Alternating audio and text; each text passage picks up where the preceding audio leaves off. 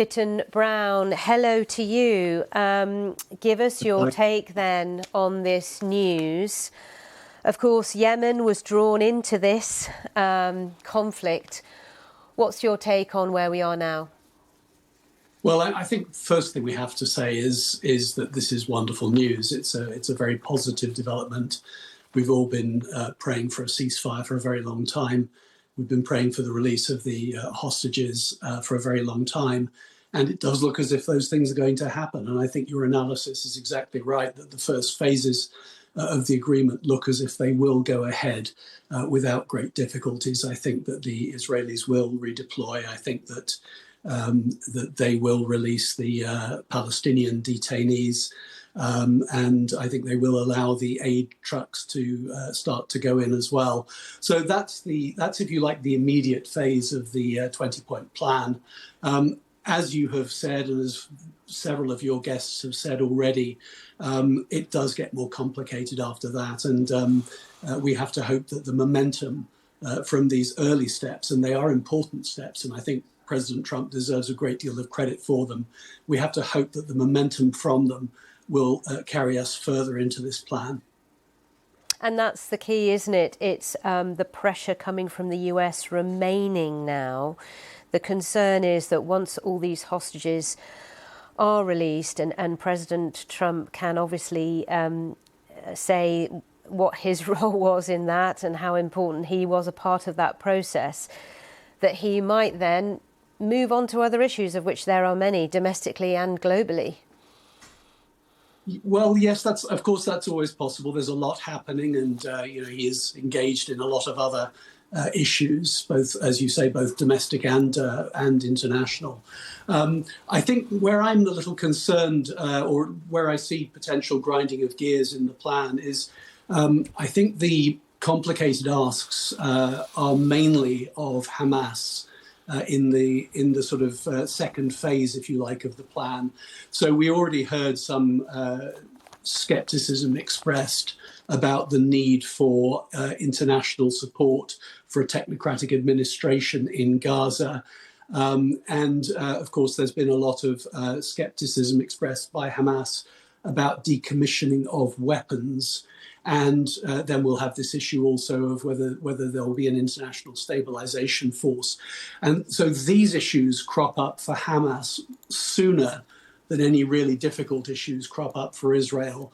So the question is, can President Trump keep Qatar, Turkey and Egypt on board with pressing Hamas to go deeper into this plan than just the first stage? And what do you think? Do you think they will? It will get to that point? I'm pretty sure that President Trump will remain engaged on this. He seems to feel very strongly about it. He has invested a lot of time on it. And the achievement already of getting Qatar and Turkey to put real pressure on Hamas to play ball, as it were, that is already quite a remarkable achievement. So I think he will stay engaged, and I think that Qatar and Turkey will stay engaged. I doubt very much that Israel will want to do anything that would run the risk of President Trump saying that they had caused the plan to fail. And so that's where I think the rubber hits the road. It's the question of whether Hamas actually does at least cooperate with the plan for different forms of governance in Gaza. And Edmund, before we let you go, I'm just interested to get your take on, as former British ambassador to Yemen, just get your take on how this has changed the Middle East, this conflict. I know that's a big question, I know, but your thoughts today. No, it's a very fair question, and it's changed it massively. And of course, the strange thing is that in some ways, it's changed it in a positive direction, and in other respects, it has felt negative. I mean, obviously, the long war and the suffering in Gaza has felt very negative. Now, we hope that we are coming out of the worst of that.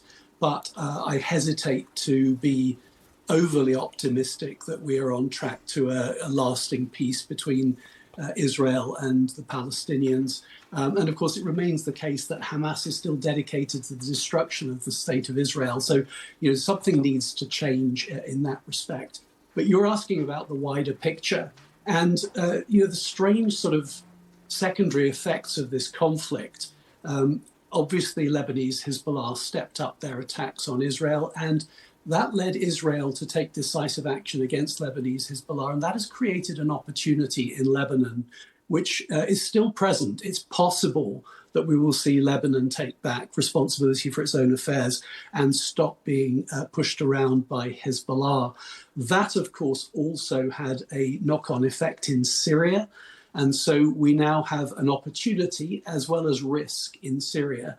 But I don't think anybody would say that it would be better if Assad was still in power in Damascus. It has to be that he has gone. Okay. And so that's a positive. And then if I may just finally say on Iran... Just very briefly, Edmund, we've got about 10 seconds.